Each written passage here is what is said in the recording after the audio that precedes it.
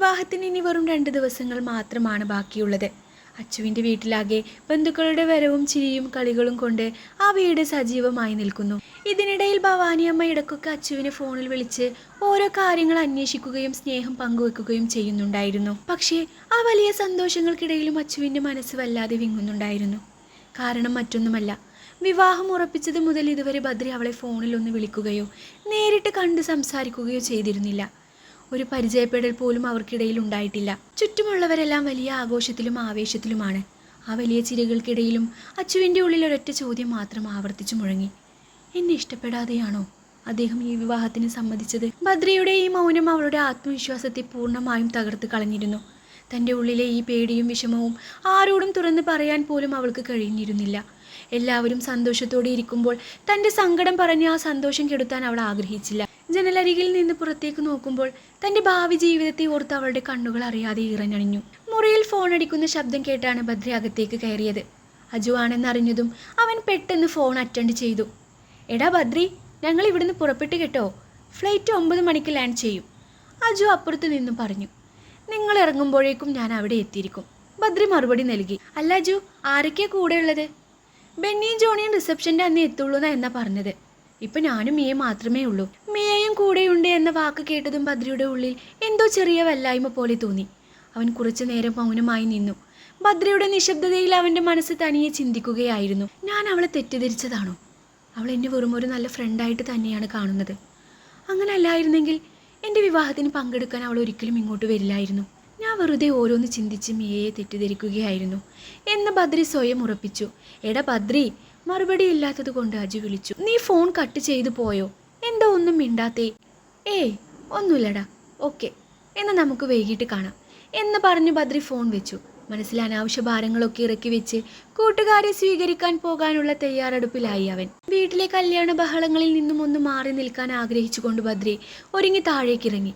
തിരക്കിനിടയിലും അമ്മയുടെ ശ്രദ്ധ അവനിലേക്ക് നീണ്ടു. മോനെ, എങ്ങോട്ടാ ഈ നേരത്ത്? ഭവാനി അമ്മ കസാരയിൽ നിന്ന് എഴുന്നേറ്റ് ചോദിച്ചു. അജുവും മിയയും 9 മണിക്ക് എത്തും അമ്മ. അവരെ കൂട്ടാൻ എയർപോർട്ട് വരെ ഒന്ന് പോയിട്ട് വരാം, ബദ്രി പറഞ്ഞു. അതേ, മിയമോളും വരുന്നുണ്ടോ? മിയെ നേരിൽ കാണാൻ പോകുന്ന ആകാംക്ഷ ഭവാനി അമ്മയുടെ വാക്കുകളിലുണ്ടായിരുന്നു. അതെ അമ്മ, അവൾ വരുന്നുണ്ട്, ബദ്രി പറഞ്ഞു. അപ്പോൾ ബെന്നിയും ജോണിയും വരില്ലേ മോനെ? അമ്മ വീണ്ടും ചോദിച്ചു. അവർക്ക് ലീവ് കിട്ടിയിട്ടില്ല അമ്മ, റിസപ്ഷൻ്റെ അന്ന് അവർ വരാ എന്ന് പറഞ്ഞിട്ടുണ്ട്. ശരി മോനെ, എന്ന സമയം കളയണ്ട, സൂക്ഷിച്ചു പോയി വാ, അമ്മ വാത്സല്യത്തോടെ പറഞ്ഞു. അമ്മയുടെ സ്നേഹം നിറഞ്ഞ വാക്കുകൾ കേട്ടപ്പോൾ ബദ്രിയുടെ മുഖത്തൊരു ചെറിയ പുഞ്ചിരി വിരിഞ്ഞു. അവൻ കാറിൻ്റെ കീയും എടുത്ത് മുറ്റത്തേക്ക് നടന്നു. കാറിലേക്ക് കയറുമ്പോൾ അവനുള്ളിൽ ഒരു ചെറിയ ആശ്വാസം തോന്നി. വീട്ടിലെ തിരക്കുകളിൽ നിന്നും മാറി ഈ രാത്രിയിലെ ശാന്തമായ യാത്ര അവൻ്റെ മനസ്സിലെ ഭാരങ്ങൾക്ക് മീതെ കുളിരേകുന്നത് പോലെ അനുഭവപ്പെട്ടു. ബദ്രി എയർപോർട്ടിൽ എത്തി അധികം വൈകാതെ തന്നെ അജുവും മിയയും ട്രോളിയിൽ ബാഗുകളുമായി പുറത്തേക്ക് വന്നു. 1 മാസത്തിന് ശേഷം തൻ്റെ കൂട്ടുകാരെ കാണുന്നതിൻ്റെ എല്ലാ സന്തോഷവും അജുവിൻ്റെയും ബദ്രിയുടെയും മുഖത്തുണ്ടായിരുന്നു. 2 പേരും ആവേശത്തോടെ കെട്ടിപ്പിടിച്ചു. എൻ്റെ അളിയാ, ഞാൻ നിന്നെ നല്ലോണം മിസ് ചെയ്തു. ഓ പിന്നെ, എനിക്കറിയാം, ബദ്രി ഒരു പുഞ്ചിരിയോടെ പറഞ്ഞു. അതിനുശേഷം അവൻ മിയയോടും വളരെ ഭംഗിയായി സംസാരിച്ചു. ലഗേജുകളൊക്കെ കാറിൻ്റെ ഡിക്കിയിൽ വെച്ച് അവർ യാത്ര തിരിച്ചു. യാത്രയിലുടനീളം ബദ്രിയും അജുവും ഓരോ വിശേഷങ്ങളും ഒക്കെ പറഞ്ഞു ചിരിക്കുകയായിരുന്നു. അതിനിടയിലാണ് അജു പതുക്കെ അച്ചുവിൻ്റെ വിഷയം ചോദിച്ചത്. അല്ലട ബദ്രി, നീ ആ കുട്ടിയായിട്ട് സംസാരിച്ചോ? കാര്യങ്ങളൊക്കെ വിളിച്ച് പറഞ്ഞു നീ? 2 പേരും കൂട്ടായോ? അജു ആവേശത്തോടെ ചോദിച്ചറിഞ്ഞു. ബദ്രി ഡ്രൈവിങ്ങിനിടയിൽ ചെറുതായിട്ടൊന്ന് പുഞ്ചിരിച്ചു കൊണ്ട് പറഞ്ഞു. ഇല്ലടാ. എന്താടാ നീ പറയുന്നത്? അജു അത്ഭുതത്തോടെ ബദ്രിയെ നോക്കി. നിങ്ങൾ 2 പേരും ഇതുവരെ ഒന്നും സംസാരിച്ചില്ലേ? ആ കുട്ടിയോട് എല്ലാ കാര്യവും തുറന്ന് സംസാരിക്കുക പറഞ്ഞതല്ലേ ഞാൻ? എന്നിട്ട് നീ ഇതുവരെ ഒന്നും പറയാതെയാണോ ഇതിലേക്ക് ഇറങ്ങിയിരിക്കുന്നത് ബദ്രി? ഇത് വെറും ഒരു കളിയായിട്ടാണോ നീ കാണുന്നത്? അതിന് അജു എനിക്കപ്പോൾ ബദ്രി എന്തോ വിശദീകരിക്കാൻ തുടങ്ങിയെങ്കിലും അജു അവനിടയിൽ കയറി തടഞ്ഞു. നീ ഇനി ഒന്നും പറയേണ്ട ബദ്രി, ഞാൻ നിന്നോട് അന്നേ പറഞ്ഞതാണ്, അജു ചെറുതായി ശ്വാസിക്കുന്ന മട്ടിൽ പറഞ്ഞു. ഇവരുടെ ഈ സംഭാഷണങ്ങൾ മുഴുവനും ബാക്ക് സീറ്റിലിരുന്ന് മിയ വളരെ ശ്രദ്ധയോടെ കേൾക്കുന്നുണ്ടായിരുന്നു.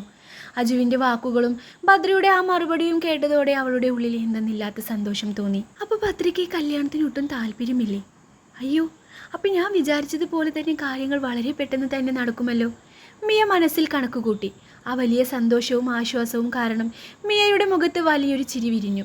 ബാക്ക് സീറ്റിലിരുന്ന മിയയുടെ മുഖത്ത് വിരിഞ്ഞ വല്ലാത്ത സന്തോഷവും ചിരിയും കണ്ണാടിയിലൂടെ അജുവിൻ്റെ ശ്രദ്ധയിൽപ്പെട്ടു. അവനൊന്ന് സംശയത്തോടെ കണ്ണാടിയിലേക്ക് ഉറ്റുനോക്കി. എന്താടി മിയ, ഒരു കള്ളച്ചിരി? അജു കണ്ണാടിയിലൂടെ അവളെ നോക്കി ഒരു ചിരിയോടെ ചോദിച്ചു. ഏയ് ഒന്നുമില്ലടാ, ഞാൻ ഫോണിലേക്ക് നോക്കി വെറുതെ ചിരിച്ചതാ. അവൾ പെട്ടെന്ന് വിഷയം മാറ്റാൻ ഫോണിലേക്ക് നോക്കി പറഞ്ഞു. നടക്കട്ടെ. അജു അവളെ ഒന്ന് കളിയാക്കിക്കൊണ്ട് പറഞ്ഞു. താൻ ആഗ്രഹിച്ചതുപോലെ ബദ്രിയെ സ്വന്തമാക്കാൻ ഇനി അധികം താമസമില്ലെന്ന് അവൾ മനസ്സിൽ ചിന്തിക്കുകയാണ്. പിന്നീട് അങ്ങോട്ട് പഴയ ലണ്ടൻ വിശേഷങ്ങളും തമാശകളും ചിരികളുമായി യാത്ര മുന്നോട്ട് പോയി. സംസാരിച്ചിരുന്നത് കൊണ്ട് എയർപോർട്ടിൽ നിന്നും വീട്ടിലേക്കുള്ള ആ വലിയ ദൂരം അവർ അറിഞ്ഞതേയില്ല. കുറച്ച് സമയം കൊണ്ട് തന്നെ കാർ അവരുടെ വീടിന് മുന്നിലെത്തി. ഗേറ്റ് കടന്ന് പൂമുഖത്തേക്ക് വണ്ടി വന്ന് നിൽക്കുമ്പോൾ അവരെയും കാത്ത് ഭവാനി അമ്മ നിൽക്കുന്നുണ്ടായിരുന്നു. കാർ പോർച്ചിൽ വന്ന് നിന്നതും അജുവും മിയയും താഴേക്കിറങ്ങി. പൂമുഖത്ത് നിൽക്കുന്ന ഭവാനി അമ്മയെ കണ്ടതും അജു ഓടിച്ചെന്ന് കെട്ടിപ്പിടിച്ചു. എന്തൊക്കെയുണ്ട് അമ്മ, ഇപ്പൊ അസുഖവും വല്ലായ്മയൊക്കെ മാറിയോ? അജു വളരെ സ്നേഹത്തോടെയും ആകുലതയോടെയും ചോദിച്ചു. ഇപ്പോൾ ഒരു കുഴപ്പവുമില്ല മോനെ, എല്ലാം മാറി, ഭവാനി അമ്മ അവൻ്റെ തലയിൽ തലോടിക്കൊണ്ട് വാത്സല്യത്തോടെ പറഞ്ഞു. അപ്പോഴാണ് ഭവാനി അമ്മ അല്പം മാറി മടിച്ചു നിൽക്കുന്ന മിയയെ ശ്രദ്ധിക്കുന്നത്. ആദ്യമായി ഒരു പുതിയ വീട്ടിലേക്ക് വരുന്നതിൻ്റെ ചെറിയൊരു മടി അവൾക്കുണ്ടായിരുന്നു. മോളെന്താ അവിടെ തന്നെ മടിച്ചു നിൽക്കുന്നേ? ഇങ്ങോട്ട് അകത്തേക്ക് കയറി വാ, ഭവാനി അമ്മ നിറഞ്ഞ ചിരിയോടെ പറഞ്ഞു. അമ്മ അങ്ങോട്ട് ചെന്ന് മിയയുടെ കൈകൾ ചേർത്ത് പിടിച്ചു. ആ സ്നേഹം നിറഞ്ഞ പെരുമാറ്റം കണ്ടപ്പോൾ മിയയുടെ മുഖത്തും സന്തോഷം വിരിഞ്ഞു. ഭവാനി അമ്മ മിയയെയും അജുവിനെയും ചേർത്ത് പിടിച്ച് വളരെ സന്തോഷത്തോടെ വീടിൻ്റെ അകത്തേക്ക് കൂട്ടിക്കൊണ്ടുപോയി. അവർക്കായി വലിയൊരു വിഭവ സമൃദ്ധമായ സദ്യ തന്നെ മേശപ്പുറത്ത് ഒരുക്കി വെച്ചിട്ടുണ്ടായിരുന്നു. വന്നിരുന്ന് എല്ലാവരും ഒരുമിച്ച് സന്തോഷത്തോടെ ഭക്ഷണം കഴിച്ചു. ഭക്ഷണം കഴിക്കൽ കഴിഞ്ഞ് അവർക്കായുള്ള മുറി വൃത്തിയായി ഒരുക്കി വെച്ചിരുന്നു. എടാ ബദ്രി, ഞാൻ നിന്റെ കൂടെ തന്നെ കിടന്നോളാം, എനിക്ക് നിന്നോട് കുറച്ച് കാര്യങ്ങൾ സംസാരിക്കാനുണ്ട് എന്ന് പറഞ്ഞ അജു ലഗേജും എടുത്ത് ബദ്രിയുടെ മുറിയിലേക്ക് മാറി. മിയക്കായി അതിഥികളുടെ വലിയ മുറി തന്നെ നൽകി. യാത്രയുടെ ക്ഷീണം കൊണ്ട് മിയയും തനിക്കു വേണ്ടി ഒരുക്കിയ മുറിയിലേക്ക് വിശ്രമിക്കാനായി കയറി. തൊട്ടടുത്ത മുറിയിൽ ബദ്രിയും അജുവും പഴയ ഓർമ്മകൾ പങ്കുവെച്ച് കിടക്കുമ്പോൾ താൻ പ്ലാൻ ചെയ്ത കാര്യങ്ങളൊക്കെ ഇനി ഓരോന്നായി നടക്കാൻ പോകുന്നു എന്ന ചിന്തയോടെ മിയ ആ കിടക്കയിലേക്ക് കിടന്നു. രാവിലെ ഭവാനിയമ്മ പതിവ് പോലെ നേരത്തെ തന്നെ എഴുന്നേറ്റു. കുളിയൊക്കെ കഴിഞ്ഞ് പൂജാമുറിയിലെ പ്രാർത്ഥനയും പൂർത്തിയാക്കി അവർ ഉമ്മറത്തേക്ക് ഇറങ്ങി വരുമ്പോഴാണ് ഓമന വരുന്നത്. ഓമന മുഖത്തൊരു ചിരിയോടെ അകത്തേക്ക് കയറാനാഞ്ഞു. ഓമനെ, ഭവാനി അമ്മ വിളിച്ചു. ഇന്ന് രാവിലത്തെ പലഹാരം ഉണ്ടാക്കുമ്പോൾ കുറച്ചധികം ഉണ്ടാക്കണേ, മദ്രിമോൻ്റെ കൂട്ടുകാരൊക്കെ വന്നിട്ടുണ്ട്. ആ ശരി എന്ന് പറഞ്ഞ് ഓമന അടുക്കള ഭാഗത്തേക്ക് നടന്നു. അപ്പോഴേക്കും മിയ മുറിയിൽ നിന്നും ഇറങ്ങി അങ്ങോട്ട് വന്നു. പുലർച്ചെ തന്നെ എഴുന്നേറ്റ് വരുന്ന മിയയെ കണ്ടതും ഭവാനിയമ്മ സ്നേഹത്തോടെ ചോദിച്ചു. എന്തിനാ മോൾ ഇത്ര നേരത്തെ എഴുന്നേറ്റ്? ദൂരെ യാത്രയൊക്കെ കഴിഞ്ഞ് രാത്രി വൈകി വന്നതല്ലേ, നല്ല ക്ഷീണം കാണും കുഞ്ഞെ, മോള് പോയി കുറച്ച് നേരം കൂടി കിടന്നോ? ഏയ് ഇല്ല അമ്മ, ഇപ്പോൾ ഓക്കെ ആയി, വലിയ ക്ഷീണമൊന്നുമില്ല, മിയ പുഞ്ചിരിയോടെ പറഞ്ഞു. മോള് രാവിലെ ചായ കുടിക്കണ പതിവുണ്ടോ? ഭവാനിയമ്മ വാത്സല്യത്തോടെ അന്വേഷിച്ചു. അങ്ങനെ പ്രത്യേകിച്ചൊന്നുമില്ല അമ്മ, വല്ലപ്പോഴൊക്കെ കുടിക്കും, മിയ മറുപടി നൽകി. പിന്നെ രണ്ടുപേരും പൂമുഖത്തുള്ള കസേരയിലിരുന്നു. അവളുടെ വിശേഷങ്ങളൊക്കെ ഓരോന്നായി ചോദിച്ചറിയുന്ന തിരക്കിലായിരുന്നു ഭവാനിയമ്മ. ഭവാനിയമ്മയുടെ സ്നേഹത്തോടെയുള്ള സംസാരം കേട്ട് മിയയും അതിന് മറുപടി പറഞ്ഞുകൊണ്ടിരുന്നു. പൂമുഖത്തിരുന്ന് സംസാരിക്കുന്നതിനിടയിലാണ് ഭവാനിയമ്മ മിയയോട് പറയുന്നത്. ഇന്നാണ് മോളെ നമ്മൾ ഗുരുവായൂരിലേക്ക് പോകുന്നത്, രാത്രി ഇവിടുന്ന് ഇറങ്ങും. ഭവാനിയമ്മ ശാന്തമായി പറഞ്ഞു. അവിടെ വെച്ചാണ് ഇവരുടെ താലികെട്ട്. അത് കേട്ടതും മിയയുടെ ഉള്ളിൽ വലിയൊരു ദേഷ്യവും അസൂയയും ഇരച്ചു കയറി. കല്യാണം ഇത്രയും അടുത്തെത്തി എന്ന സത്യം അവളെ വല്ലാതെ അസ്വസ്ഥമാക്കി. എങ്കിലും ആ ഭാവവ്യത്യാസങ്ങളൊന്നും പുറത്ത് കാണിക്കാതെ അവൾ ഒരു വ്യാജ പുഞ്ചിരിയോടെ മറുപടി നൽകി. ആണോ അമ്മേ, അത് നല്ല കാര്യമായല്ലോ. അതേ മോളെ, എൻ്റെ കുറേ നാളത്തെ ആഗ്രഹമാണ് നടക്കാൻ പോകുന്നത്, ഭവാനി അമ്മ ഒരു നെടുവീർപ്പോടെ പറഞ്ഞു നിർത്തി. എൻ്റെ താലി കെട്ടൊന്ന് കഴിഞ്ഞ് കണ്ടാലേ ഇനി എനിക്കൊരു സമാധാനമാകും. ഭവാനി അമ്മയുടെ ആ വാക്കുകളിലെ ആശ്വാസം മിയയെ കൂടുതൽ പ്രകോപിപ്പിച്ചു.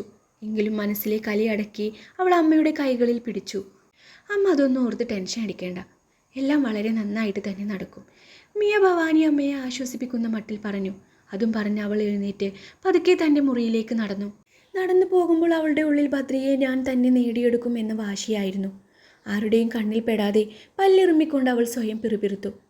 എല്ലാം ഭംഗിയായിട്ട് തന്നെ നടക്കും അമ്മേ, ഇല്ലെങ്കിൽ ഈ മിയ അത് നടത്തിയിരിക്കും. അവളുടെ വാക്കുകളിൽ വലിയൊരു വാശിയും ഗൂഢമായ പദ്ധതികളും ഒളിഞ്ഞിരിപ്പുണ്ടായിരുന്നു. മുറിയിൽ കയറി കതകടച്ചപ്പോൾ അവളുടെ കണ്ണുകളിൽ ആ പക കൂടുതൽ തെളിഞ്ഞു കാണാമായിരുന്നു.